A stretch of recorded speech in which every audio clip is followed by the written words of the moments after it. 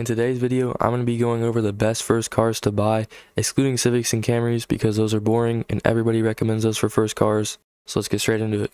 I'm going to be going over 3 different types of first cars in this video and 3 picks for each one of them. We got reliable ones, cheap ones, and cool ones. Every car on this list should be somewhat reliable and somewhat cheap as well. I tried to keep them all under 15 grand and nothing that's going to explode on you, because it is a first car and you do want it to last a decently long time. But anyways, let's just get straight into it. I'm gonna start with the reliable ones. My first pick for the reliable ones, we got the Mazda 3. You can grab these from anywhere from like 7 grand to like 9 grand, and that's in pretty good condition with like 100,000 miles or so. And these things are basically just like a Corolla or Camry, but without like the crazy price tag, because the market is kind of crazy for those right now because everybody knows how reliable they are. But the Mazda 3 is kind of a sleeper. You don't really expect it to be super reliable, but it's basically like the same formula as all the other Japanese cars. Now let's go over the pros and cons of this car. The pros is you get like Toyota level reliability, like I said, and it's a pretty good deal for what you get. I mean, they're pretty quick, decent to drive. They don't look too bad, just like a good average first car. And for the cons, they're kind of small, just like your average compact car size, but like, you know, some people might want something bigger. And you don't have like the same reliability heritage as like a Honda or a Toyota does.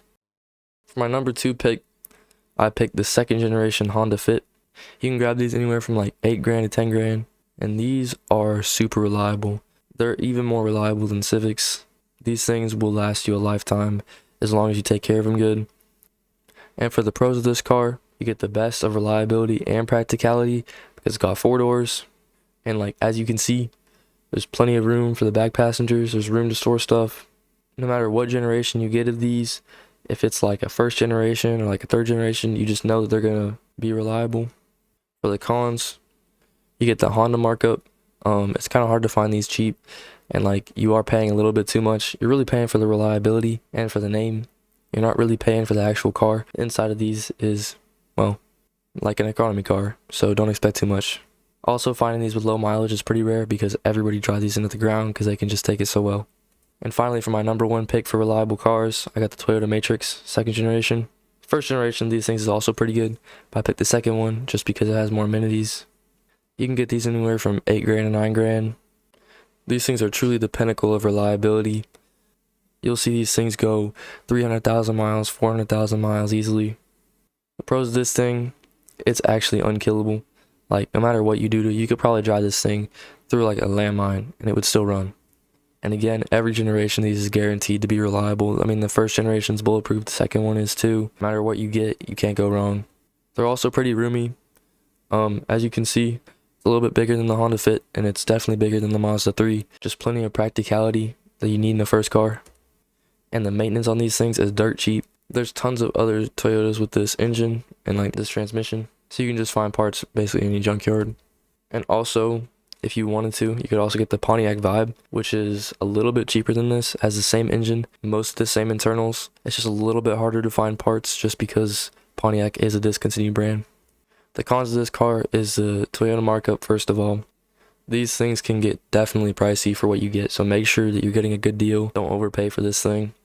Finding a clean one of these with low mileage is just like nearly impossible. Like, these things are absolutely beat 99% of the time that I see them. But if you find a good one that's been taken care of well, that's cheap, it's going to last you a lifetime, and it will be a very, very good first car. Alright, now for my 3 cheap picks for first cars. We got the Hyundai Accent, first of all. You can get these anywhere from 3 grand to 4 grand. And these things are amazing little cars. They're super bulletproof, super cheap. The pros of this car is super reliable, like I said. It's got cheap maintenance, and you can get a sedan or a hatchback, and there's multiple options for the hatchback. You can get a 2-door hatchback, 4-door hatchback, or 4-door sedan. Like, really, you can get anything you want. Cons, it's cheaply built. I mean, this is a bottom of the line Hyundai, and Hyundais are known for their nice interiors. And it's also like really small. Like, these things are tiny. And number 2, we got the manual Nissan Versa, and it is very, very important that you get a manual one of these if you're looking to get a Nissan Versa, because the CVT ones will absolutely explode. Those transmissions are like taking time bombs. You can get these anywhere from like 3.5 grand to 4.5 grand. Now for the pros of this car, It's decently reliable. I mean, it's nothing crazy, but it will get you from point A to point B for a while. You got really cheap maintenance because these parts are cheap. You can get it in a sedan or a hatchback like the Accent.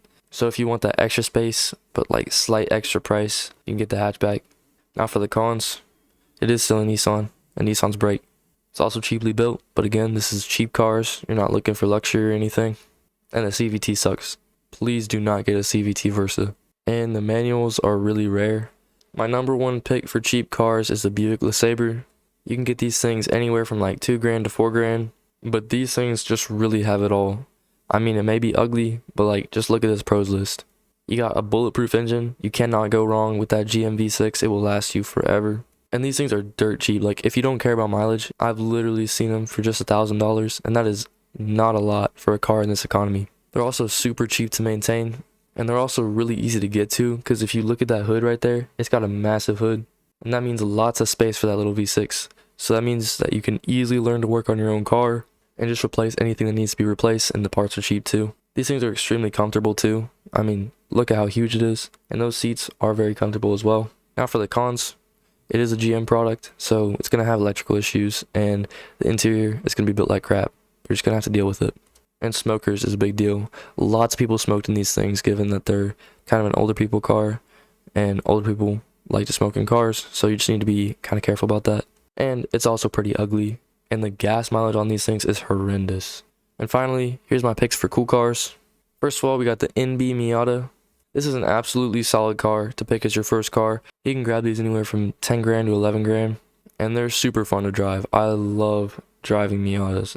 Any generation is fun to drive, but especially the NB. It's light, it's kind of quick, even though it only has a little over 100 horsepower. And it's just super fun to throw around. Really, truly unlike any other driving experience you can get from any other car.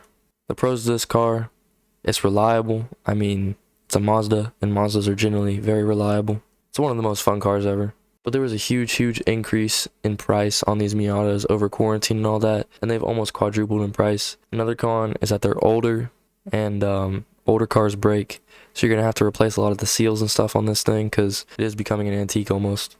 My number 2 pick, we got the Hyundai Genesis. You can get these for around $10,000. These things are great. For the pros, they're reliable, and it's like a cheaper Scion FRS. If you don't know what a Scion FRS is, it's like a bigger Miata, kind of. And if you don't know what a Miata is, what are you doing? The cons to this car is it's not as fast as a Scion FRS. So, like, it's faster than a Miata, but it's not fast by any means, if you know what I mean. Still very fun to drive, though. And finally, for my number 1 pick, I had to go with the Scion FRS. You can get these anywhere from $12,000 to $15,000, and the pros of these things is they're really fun, they're really reliable. Now stock, they're actually not that fast, but you can do tons of things with the engines in these things, including LS swapping them, and that definitely makes it fast. They're also very easily moddable, and they have one of the biggest aftermarket car communities on the planet. The cons of these things is there really isn't any. I mean, you can't really go wrong with a Scion FRS. It's basically just a Toyota, but fun. And like, it's the best of both worlds. It's kind of like the ultimate first car. And my honorable mention is the W205 Mercedes-Benz C300. You can get these anywhere from $12,000 to $17,000. And this is my first car, so I'm kind of biased to it. But these things are absolutely amazing. I love mine. It has a lot of pros. Like, number 1, it's a Mercedes, and Mercedes are really cool. It's also a lot of fun. I mean, mine absolutely whips. It's so much fun to whip around. It's also cheaper than the same year and mileage for Honda Civics, which I thought was pretty cool. It's also extremely reliable. I haven't had a single issue with mine in about a year of ownership. The only real cons to this thing is the insurance is very expensive on these things, especially as a new driver, and the maintenance is also really expensive, but you won't really have to maintain it that much. You just got to be careful with things like oil changes and stuff, because if you go to the official Mercedes dealer to get that stuff done, it'll cost you way too much. You need to find a trusted third-party shop. And my final piece of advice to you in this video is going to be do your own research. Don't trust some random kid with a microphone on the internet. Just go do your own research. You can use what I gave you, but like, ultimately, you need to look at multiple places before deciding where to get your first car. And that's it. Thanks for watching.